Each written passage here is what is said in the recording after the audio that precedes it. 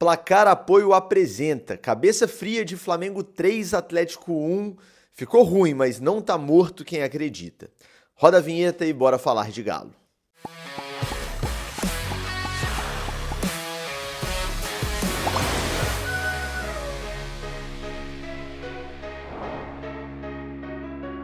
Tudo bem, pessoal? Um abraço para você que me acompanha em mais um vídeo aqui no canal do Frossar. Tá no ar mais uma edição do Cabeça Fria, nossa análise dos jogos do Galo, ainda em território carioca, aqui no quarto do hotel que eu tô hospedado no Rio, pra gente falar desse jogo da ida da final da Copa do Brasil de 2024. O Flamengo venceu o Atlético por 3-1. E antes da gente falar sobre o jogo, né, aqueles recados de sempre. Peço a você que dê a moral deixando o like aqui embaixo, se inscrevendo no canal se não for inscrito. Tem canal de cortes também, o link tá na descrição. Considere se tornar sócio do canal, membro do canal, tem o botão Seja Membro aí embaixo. Se tiver um botão escrito Hypar, clica nele também, porque também ajuda a gente demais, beleza?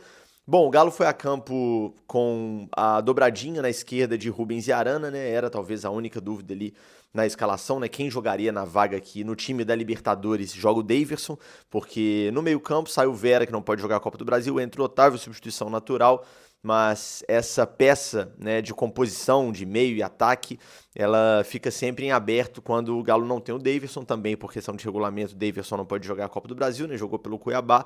E o Milito optou por escalar a dobradinha ali com Rubens e Guilherme Arana. Quando ele faz isso, ele faz o Rubens na linha de 4 defensiva e o Arana um pouco mais à frente, atacando por dentro e marcando numa segunda linha, né? O Atlético foi a campo, portanto, com o Everson no gol, Lianco na direita, Batalha, Júnior Alonso e Rubens, Otávio, Alan Franco, Scarpa, Arana, Paulinho e Hulk. Paulinho aí sim como dupla de ataque do Hulk, né? Os dois que marcavam ali a saída de bola do Flamengo. E foi aí o grande problema do Atlético nessa partida. É claro que quando o Galo perde um jogo numa final, justamente para um rival, né, para um time que a nossa torcida definitivamente não gosta, eu também não gosto, por razões óbvias, muita gente leva para o lado do faltou raça, faltou disposição. Eu acho que faltou atenção, faltou foco para um jogo desse tamanho. Mas existe uma explicação tática, né, por trás, principalmente do lance do primeiro gol. Nesse vídeo que eu vou falar um pouco menos de tática, porque eu vi o jogo menos atento nesse sentido, porque a gente estava no ar. A gente fez o piloto da transmissão do canal do Frossar ontem com o narrador, comentarista. Agradecer aqui ao Roger Luiz, ao Fernando Martins Miguel, que foram a minha equipe aí, raçudos demais nessa transmissão, nossa primeira, né? Foi muito legal, os dois ancoraram a transmissão lá do Devotos Bar ali no Funcionários em BH, eu direto do Maracanã. Agradecer a equipe do Jean Harry, que fez toda a parte técnica da transmissão pra gente. Então foi muito legal, foi um baita piloto. Claro que o resultado não ajudou, a gente esperava fazer uma transmissão, né, já com vitória ou com empate no primeiro jogo, mas claro, era um jogo que isso poderia acontecer, um jogo muito difícil contra o Flamengo no Maracanã, mas tecnicamente, num geral, deu tudo certo, um errinho ou outro na transmissão que faz parte, mas prometemos ajustar aí para a sequência. Faremos mais alguns pilotos ainda neste ano e a ideia é começar o ano que vem já com transmissão completaça, como foi ontem, em todos os jogos, beleza? Como eu falei, eu vou falar um pouco menos de tática nesse vídeo, mas eu vou recomendar aqui um vídeo de um cara que eu recomendo sempre, que eu falo sempre, que é o Felipe Simonetti. Ele já publicou a análise dele, vou até deixar o link aqui na descrição desse vídeo, de Galo e Flamengo e Galo, né? E explica muito bem essa questão tática que ajuda a explicar o primeiro gol, né? Os outros dois foram lances mais fortuitos, mas tem também um elemento tático ali envolvido. Depois da mudança tática que o Milito fez, eu vou falar rapidamente aqui, mas o Simonetti explica muito melhor que eu essa parte tática do jogo, né? Mas o primeiro gol do Flamengo aconteceu por um desencaixe de marcação, né? O Atlético tentava fazer os dois atacantes ali, Paulinho e Hulk, atrapalharem a saída de bola do Flamengo, e o Flamengo tem uma dupla de zaga que é muito boa construindo, muito boa com a bola no pé.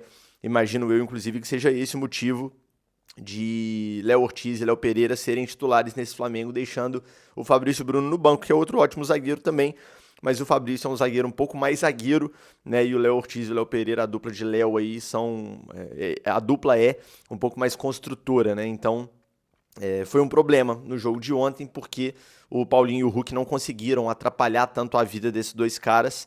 E outro problema que aconteceu foi no meio-campo. Eu até perguntei isso ao Milito na entrevista coletiva ontem pós-jogo, porque o Gerson e o Arrascaeta, especialmente no primeiro tempo, tiveram um espaço para jogar maior do que deveriam. Então é algo para o Milito pensar aí para o jogo da volta, tentar dobrar a marcação de repente um desses caras, né, tirar esses caras do jogo, de repente deixar 3 caras para cuidar dos dois, porque realmente, se é para correr algum risco, não pode ser deixando espaço para o Gerson e para o Arrascaeta, porque especialmente o Gerson, que jogou de bola ontem, foi impressionante. Ele joga muito, realmente, um jogador muito acima da média para o Brasil, e o gol do Flamengo primeiro passa por ele, num lance que, ao desencaixe, né, aí o Atlético como marca encaixando, né, cada um no seu ali, e em tese pelo menos começou o jogo com um na sobra na zaga, você sempre vai ter um jogador cuidando de outro, e quando você tem uma compensação, ou seja, algum jogador precisa descolar do que está com ele para ir buscar um outro atleta, aí você,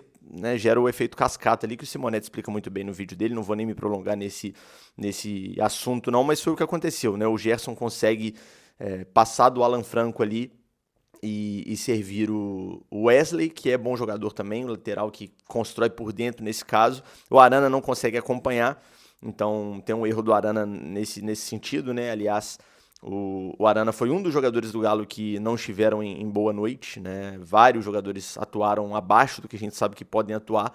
Eu prefiro, se é para fazer a dobradinha Arana e Rubens, eu prefiro o Arana como lateral, até porque ele naquela posição ali é o melhor do Brasil já há algum tempo, e o Rubens nessa segunda linha, né, como um jogador um pouco mais ofensivo, e aí quem vai atacar por fora, quem vai atacar por dentro, é uma composição que você precisa ajustar no seu time com bola, mas marcando eu prefiro o Arana na linha de 4 e o Rubens, até por ser mais jovem, de repente ter um pouco mais de fôlego, mais de velocidade, jogando nessa segunda linha para fazer essas perseguições mais longas, como foi o caso desse lance do Wesley. O Wesley caminhou com a bola por mais de 40 metros, o Arana não conseguiu acompanhar, depois que o Wesley colocou na frente, o Arana não conseguiu acompanhar o lateral do Flamengo, e aí a jogada se desenrola, e aí o Atlético é obrigado a correr para trás, né? Não tem jeito, já criou o desencaixe lá atrás, aí é correr para trás e tentar evitar o gol, que não acontece, né? A bola chega no Gabigol, que finaliza, o Arrascaeta dentro da área, na sobra faz o gol. O Atlético fez um mau primeiro tempo, no geral. Aliás, fez um mau jogo no geral, né? Um jogo pouco atento, pouco ligado.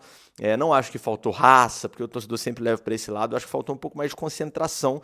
E óbvio que existe o mérito do Flamengo, que tem um time muito forte, né? Especialmente esses dois jogadores que eu citei, o Gerson e o Arrascaeta, são realmente jogadores que fazem a diferença, e o Gabriel Barbosa sabe fazer gol, então se a bola chegar nele em condições de fazer gols, ele vai fazer, né? O Atlético teve algumas poucas alternativas ali ofensivas no primeiro tempo, me lembro de uma bola cruzada que caiu para o Scarpa, né, do lado contrário do cruzamento que ele finaliza, e a bola sobe. Teve aquele lance no inicinho que o Hulk aproveita um vacilo da saída de bola do Flamengo e não consegue fazer o gol. Aliás, o Hulk também outro abaixo da média dele nesse jogo de ontem, especialmente nessa questão de atrapalhar ali a saída de bola do Flamengo, porque se os atacantes não fizerem isso num jogo contra uma equipe que tem dois zagueiros construtores muito bons como é o Flamengo, vai gerar esse efeito cascata e você vai sofrer. Foi o caso do Galo, né? Teve uma chance de fora da área do Scarpa também, logo no inicinho, exigindo uma boa defesa do Rossi, um lance de escanteio. Então o Atlético teve um lancezinho ou outro, mas no geral foi muito mal, criou muito pouco, teve pouca variação ofensiva e realmente mereceu perder o jogo. Eu acho que o 3-1 não diz o que foi a partida, porque especialmente os outros dois gols do Flamengo, a gente vai analisar aqui o segundo e o terceiro gol do Flamengo, foram lances muito mais fortuitos, assim, lances de um detalhezinho que saiu do lugar, do que realmente um resultado de um volume ofensivo do Flamengo. O Flamengo não dominou o Atlético, meu Deus, criou 10 chances, fez 3 gols. Não, definitivamente não. O primeiro gol foi um gol um pouco mais construído, a partir de um erro de encaixe da marcação do Galo, né? Um problema de encaixe, não dá nem para dizer que é erro, né? O Flamengo conseguiu superar esse encaixe, e o Galo vai fazendo as recomposições ali da forma que dá e acaba tomando gol. Mas os outros dois gols, assim, infelizmente de ocasião, mas que acontece, né? No futebol, num jogo desse tamanho, você corre o risco de tomar um gol, nesse caso tomamos 2 dessa forma, um desencaixe, uma desconcentração. O segundo gol, né, o primeiro gol do Gabriel Barbosa, é um lance que o Milito já tinha feito o ajuste na marcação, que, como eu disse, o Simonetti explica muito bem. Depois que o Milito percebe que o Paulinho e o Hulk não estão conseguindo atrapalhar a saída de bola do Flamengo, ele adianta a marcação e tira a sobra na zaga. Ele estava deixando 2 atacantes para tentar atrapalhar ali a saída do Flamengo com 3, né, 2-3, para justamente ter um cara na sobra na zaga, né? Então a ideia inicial de jogo era essa, deixar o Flamengo com um homem a mais, vamos dizer assim, no seu setor de construção, para no setor de ataque a gente ter um homem a mais para evitar os problemas ali, por exemplo, deixar Batalha e Alonso cuidando do Gabriel, os dois, né, para anular o ataque do Flamengo. A partir do momento que não dá certo essa marcação do Galo na saída de bola, aí realmente o Milito adianta todo o time, cada um pega o seu e aí fica praticamente 1 para 1, com a diferença de que você não tem mais a sobra na zaga, né? E aí fica cada um no seu. Realmente quem estava cuidando do Gabriel no lance do gol, do segundo gol do Flamengo, o primeiro do Gabriel, era o Alonso, e aí é uma série de erros, né? Uma série de problemas que vão formando, né, construindo ali um elo junto com o outro e vai acarretar no problema do gol, que é uma bola longa do Léo Ortiz, salvo engano foi o Léo Ortiz que fez o lançamento. O Plata disputa pelo alto com o Rubens e ganha, então aí tem um primeiro problema, né? O Rubens não consegue ganhar do Plata no alto, o Plata consegue o desvio. O Alonso tá com o Gabigol atrás dele e não tá próximo o suficiente para fazer o corte, ou para tentar evitar ali que o Gabriel conseguisse progredir com a bola na direção do gol. E por que o Alonso está na frente dele? Provavelmente para tentar deixar o Gabriel impedido, né?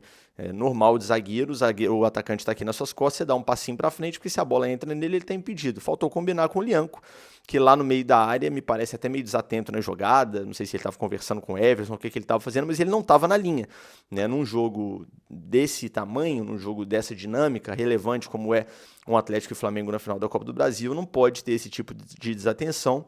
O Lianco claramente está fora da linha de marcação, o Alonso e o Batalha estão certinho, o Lianco está um pouco recuado, e é justamente a posição do Leão que dá condição para o Gabriel, coisa de centímetros, né? Houve até revisão do VAR, mas estava legal, por pouco, mas estava.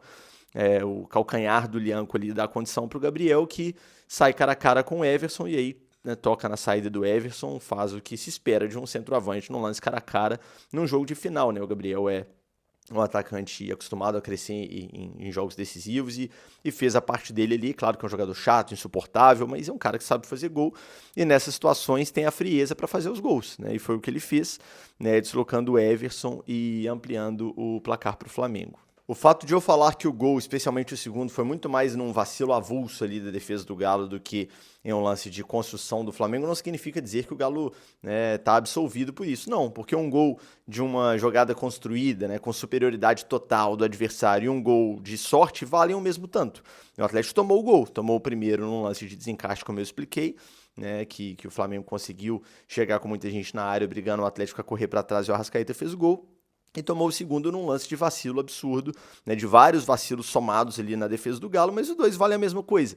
E o Flamengo foi para o intervalo ganhando por 2-0, um resultado já muito ruim, já muito delicado. O Milito corrigiu a questão da marcação, como eu expliquei, né? Ainda nesse primeiro tempo teve uma jogada até que o Léo Pereira vai levando, justamente por isso que eu expliquei, né, que o Simonetti explica muito bem, mais uma vez, dos zagueiros terem espaço para progredir, porque ali eles não tinham, foi antes ainda do Milito fazer esse ajuste defensivo, né? Eles não tinham a marcação tão forte do Paulinho e do Hulk, e aí o Léo Pereira vai levando e finaliza uma pancada do meio da rua, obriga o Everson a fazer uma defesaça, né? Então é o tipo de coisa que acontece, mas aí, claro, o goleiro tá lá para isso, né? Para não tomar um gol de um chute de longa distância.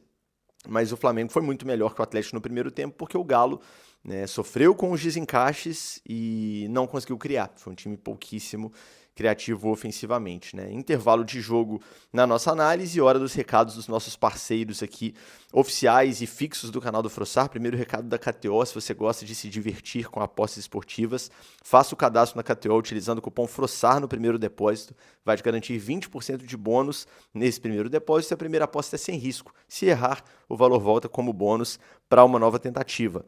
A gente lembra que é só para maiores de 18 anos, que é para apostar com responsabilidade, tá, gente? Nunca usando dinheiro de obrigação, dinheiro que pode te fazer falta, e é para se divertir. A aposta esportiva é entretenimento. Conheça as probabilidades, estamos juntos sempre, KTOzinho. Falar também da Confiax, que a gente está falando aí de vários produtos da Confiax, né? Vocês sabem que tem seguro para carro, para moto, seguro para o seu equipamento eletrônico, tem consórcio, a gente vai falar de consórcio nesse mês também, plano odontológico e plano de saúde, planos acessíveis a partir de R$ 99,00 por mês. Você que é inscrito aqui do canal do Frossar vai ter 20% de desconto no primeiro boleto. Se você tiver MEI ou CNPJ, esse desconto pode chegar a 30%. Escaneie o QR Code que está na sua tela e faça o orçamento para você descobrir aí o melhor plano para você e para sua família, combinado?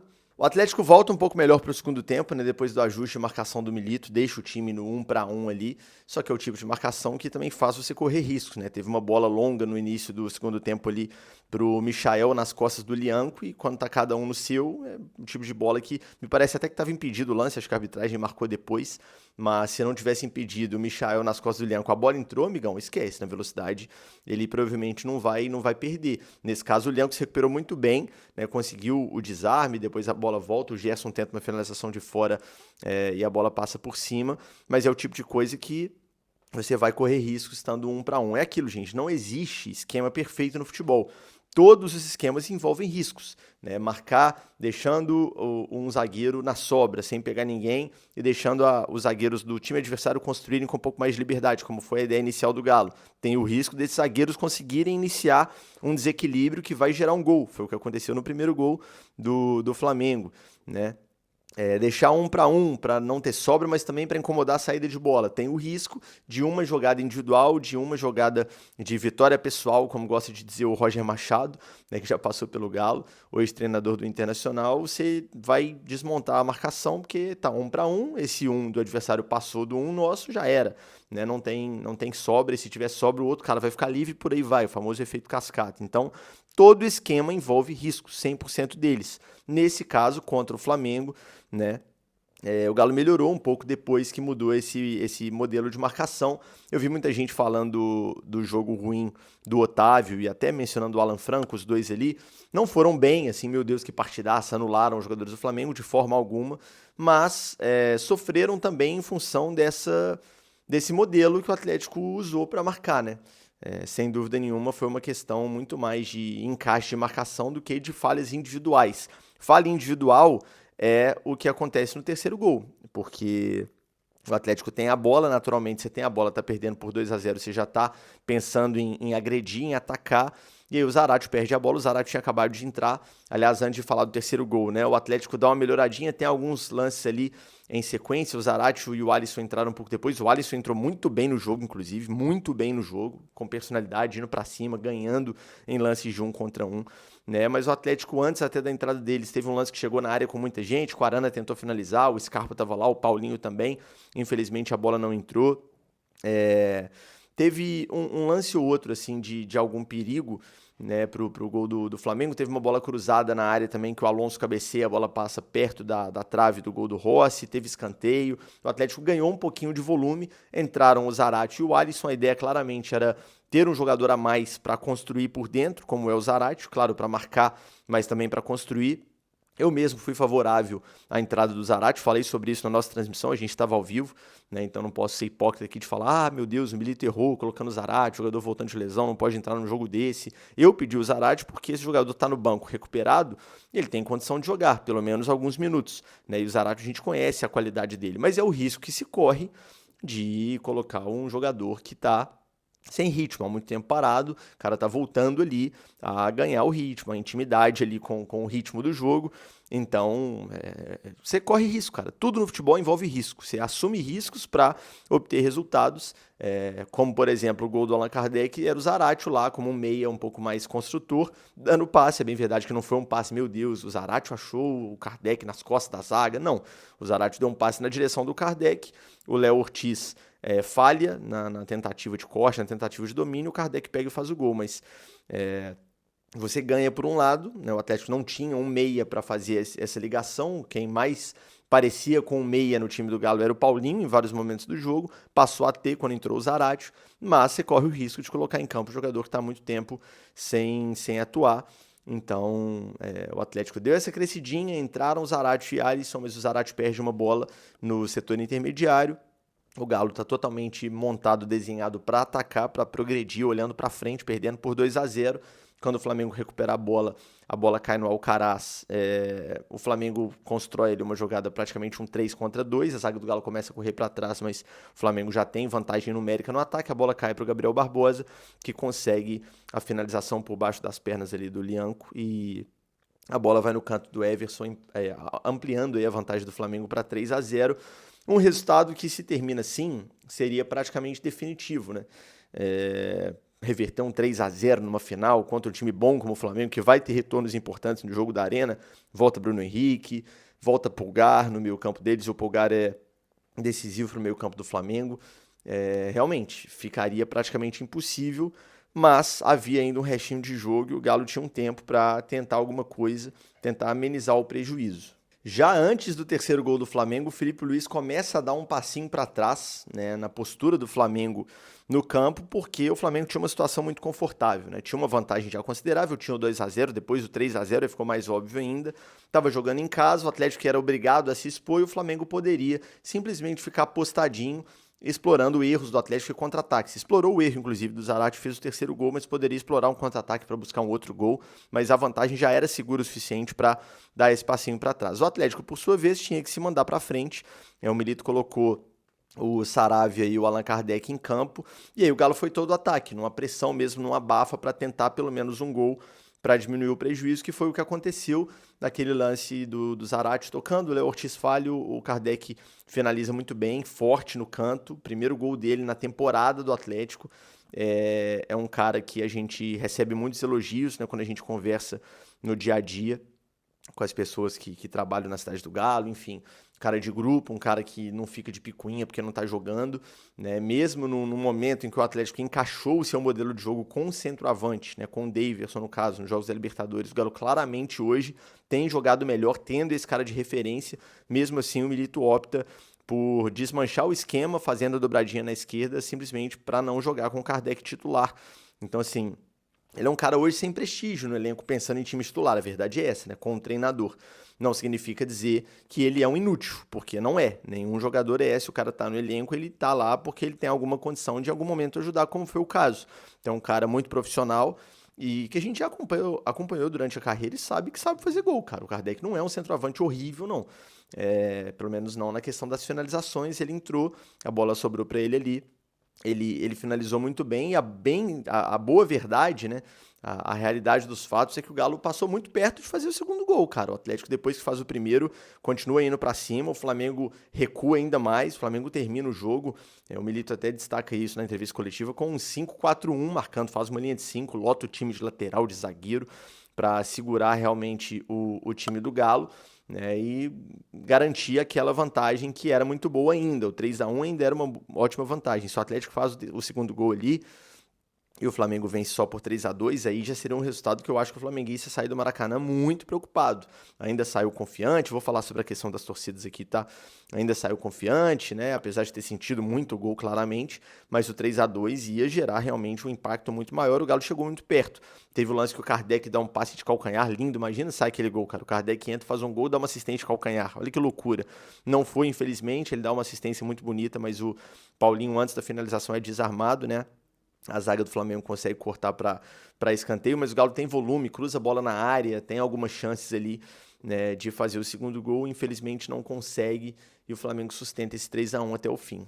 Parabenizar, claro, o Alisson, como eu falei aqui, que entrou muito bem no jogo, é uma alternativa muito interessante para o Milito, para a sequência da temporada e para o próximo ano também, um cara agudo de lado de campo, que pode ser útil, inclusive, no jogo da volta, quando a gente vai precisar de alguma coisa diferente para desequilibrar o Flamengo, para achar 2, 3 gols. No meu entendimento, o 3-1 não diz muito o que foi o jogo em relação a chances criadas, a domínio do adversário. Eu não acho que o Flamengo dominou o Atlético para o resultado normal para esse jogo ter sido um 3-1, mas o Atlético esteve desconcentrado, né? Esteve desatento, alguns jogadores abaixo, né? E o lance do primeiro gol é um lance claro de desconcentração ali, né, do próprio Arana, que não conseguiu acompanhar o Wesley. Enfim, o Otávio poderia ter sido mais firme durante o jogo na marcação, especialmente do Arrascaeta, o Franco no Gerson, apesar de não ter como não destacar o mérito do Gerson também. Então foi um jogo que o Atlético poderia sim ter um pouco mais de atenção, de intensidade nessa marcação.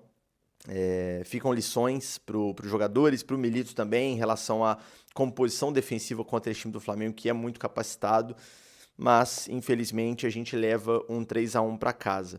Tem que falar da torcida, né? A torcida do Galo ontem deu um espetáculo no Maracanã, deu show. A torcida do Flamengo, é bem verdade, passa longe de ser das torcidas do Brasil que mais apoiam, que cantam o jogo inteiro. É uma torcida fria em grande parte do jogo, né? A gente que veio de um Monumental de Núñez entupido lá na Argentina e e vai para o Maracanã, até assusta com a diferença, né? É bizarro, assim, a comparação inexiste. É claro que o Monumental é ainda maior, né? Tem mais gente gritando mais e cantando mais, mas eu digo em relação à postura do torcedor mesmo. Você pegar um torcedor médio ali para acompanhar durante o jogo, a torcida do Flamengo, cara, é a torcida que canta só na boa, né? Enfim, quando tá ganhando de 3-0 aí é mole, né? Mas, cara, tomou um gol, depois do gol do Allan Kardec, parecia que o Galo estava jogando em casa, né? Só se escutava a torcida do Galo. Terminou o jogo, a gente escutava bastante a torcida do Galo. Em vários momentos do jogo, a gente escutava muito a torcida do Galo.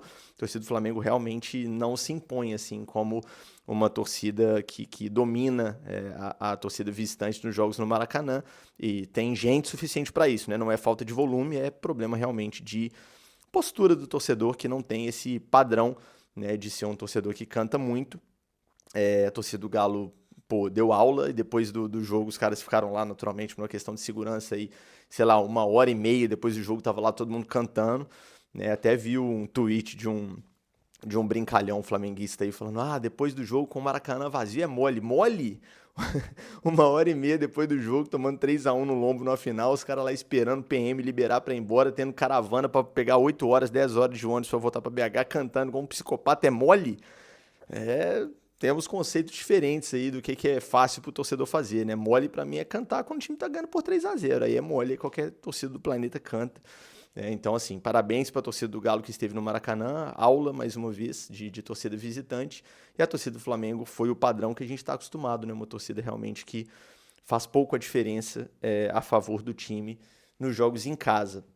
O Atlético volta pra BH com um resultado ruim, que poderia ser pior. É nossa obrigação acreditar e apoiar até o fim no jogo do próximo domingo, porque tem jogo, tem uma disputa em aberto, né? Eu fiz um tweet lá ainda ontem, de madrugada, antes de dormir, falando que quem não acredita pula fora, e aí tem uma galera que leva pro lado, positividade tóxica, você não está respeitando que o torcedor está bravo hoje. É óbvio que eu tô respeitando, eu também tô bravo, também não gostei do jogo do Galo, também fui dormir puto da vida, demorei para pegar no sono, isso é normal. Agora, a gente está no intervalo, né, de uma final de 180 minutos, perdendo por 2 gols de diferença, sendo que o segundo tempo é na nossa casa. Eu entendo como obrigação do atleticano acreditar, entupir a arena e cantar do primeiro ao último minuto, acreditando que nós vamos virar, porque não é nada novo na nossa história, inclusive contra o Flamengo, já revertemos uma situação até pior, né, porque saímos perdendo no jogo em casa lá em 2014, e, cara, dá pra fazer, assim, time por time, tem jogo, é equilibrado. O Flamengo tem um time muito forte, vai ter retornos importantes, vai. O Galo também tem um time muito forte em casa. Tem um aproveitamento em casa na temporada, em jogos de mata-mata praticamente perfeito. Então, é obrigação nossa acreditar. Obrigação acreditar, entupir a arena, e aí depois, se der tudo errado, aí a gente critica, aí a gente vai avaliar, a gente vai criticar o que o Milito errou, o que jogador A errou, jogador B errou. Agora, no meio de uma decisão, faltando agora 6 dias aí, né, menos de uma semana pro jogo, pra mim não faz sentido ficar remoendo esse resultado e ficar cornetando todo mundo, porque, cara, perdemos o jogo, acabou, a súmula tá fechada, foi 3-1 pro Flamengo. Não tem o que fazer pra mudar o resultado de ontem, tem o que fazer pra tentar mudar o resultado do próximo domingo, né? E jogar junto neste momento, pra mim, é o melhor dos cenários. Não significa dizer que eu vou sempre apoiar, de todo jeito, tá tudo bem. Óbvio que não. Quem me acompanha minimamente sabe que eu sou crítico aqui nesse canal, que eu faço críticas a posturas de atletas, de treinador, de diretoria. Eu fiz isso o ano inteiro e vou continuar fazendo. O ponto é que nesse momento, entre 2 jogos de final, não faz sentido você ficar com um discurso de dar porrada em todo mundo, de chutar o balde, de jogar a toalha, porque não é isso que vai fazer o Galo reverter. Então, quem não acredita pular fora é simplesmente nesse sentido de, cara, não bota fé nenhuma que o Galo vai ganhar, acha que já era mesmo. Então, vai pro jogo pra quê? Deixa quem acredita aí, né? É o que eu realmente acredito. É claro que é normal o torcedor ir dormir puto no dia do jogo e no dia seguinte acorda, não, vai dar, acreditando e tal, e vai pro jogo. E tá tudo bem, isso faz parte. O torcedor vai dormir nervoso mesmo no dia do jogo. Agora, eu só espero que a postura da torcida, e espero e tenho certeza que assim será, né? Que a postura da nossa torcida na arena no próximo domingo seja de jogar junto, cara. De apoiar os caras. A gente tá a 90 minutos de um possível título, né? Tá difícil a situação? Tá difícil. Precisamos tirar 2 gols, mas, como disse o Milito na entrevista coletiva, são 100 minutos para 2 gols. É difícil? É impossível? Longe disso. Muito longe disso. A gente já viu o Atlético fazer coisas muito mais impressionantes do que precisa fazer no próximo domingo para conquistar o título da Copa do Brasil. Estamos na final da Libertadores também, então não é hora de criar crise por causa de um jogo ruim. Foi um jogo ruim? Foi. Houve jogadores que jogaram menos do que estão acostumados? Claro que sim. O Atlético foi menos atento do que deveria para uma final? Sem dúvida. Mas passou, cara. Perdemos o jogo. Foi. Agora temos mais 90 em casa, mais acréscimos para tentar, seja levar para os pênaltis, seja construir essa diferença de 3 gols para ganhar. É obrigação acreditar e ir até o fim, porque temos história e temos time também para buscar essa reviravolta. Boa sorte para o Milito na estratégia, né, no desenho da estratégia para o próximo jogo. Ele vai precisar fazer algo diferente, com certeza.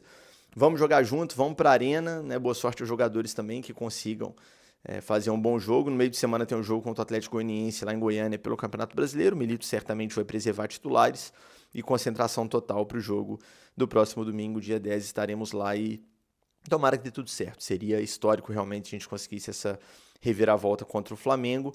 É isso, tá analisado o jogo, um vídeo um pouquinho mais curto do que geralmente é aqui no Cabeça Fria, porque eu sei que ninguém tá querendo falar por 1 hora também desse resultado, desse Flamengo e Atlético, mas está analisado. Agora voltar para BH e seguir a nossa programação normal. Hoje ainda tem live aqui no canal, a live hoje vai ser um pouquinho mais cedo, tá? Live às 18 horas, vamos fazer a live ali de 6 às 8 da noite no máximo, e a gente se encontra na live, na programação normal aqui do canal nos próximos dias. Domingo que vem estaremos na arena, obviamente, apoiando e acreditando que é possível essa reviravolta. Não tá morto quem acredita. E vamos tentar fazer de novo aquilo que a gente já fez tantas vezes. E só para fechar, vejo muita gente também falando assim, o atleticano tem que parar de se escorar nessa coisa de, eu acredito, de sempre vencer com sufoco. Gente, a gente se apega nisso, né? Abraça esse discurso agora, porque é o que tem. Antes do jogo, ninguém falava que, não, vamos perder hoje aqui para virar no Eu Acredito em casa. Óbvio que não. A ideia sempre é ganhar com tranquilidade. A gente acabou de ganhar uma semifinal de Libertadores com tranquilidade. Metemos 3-0 na ida e não tomamos um gol na Argentina com 80 mil pessoas dentro do Monumental.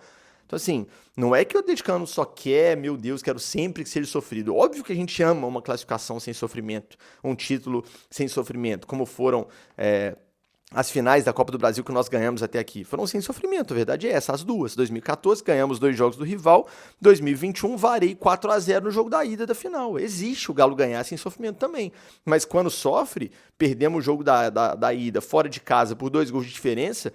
Puxa na memória quantas vezes na história isso aconteceu com o Galo e quantas vezes o Galo conseguiu reverter. Várias. Então, assim, é obrigação acreditar. Adoraria que fosse sem sufoco, mas essa opção não existe mais. O jogo acabou, tá 3-1. Então, agora, o que a gente tem é se apegar ao Eu Acredito, à nossa história e à nossa camisa e a qualidade do time, obviamente, para buscar essa reviravolta, e é o que vamos fazer. Beleza?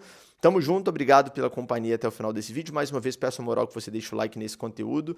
Até mais tarde na live, saudações atleticanas e vamos buscar essa virada em casa se tudo der certo. Aquele abraço.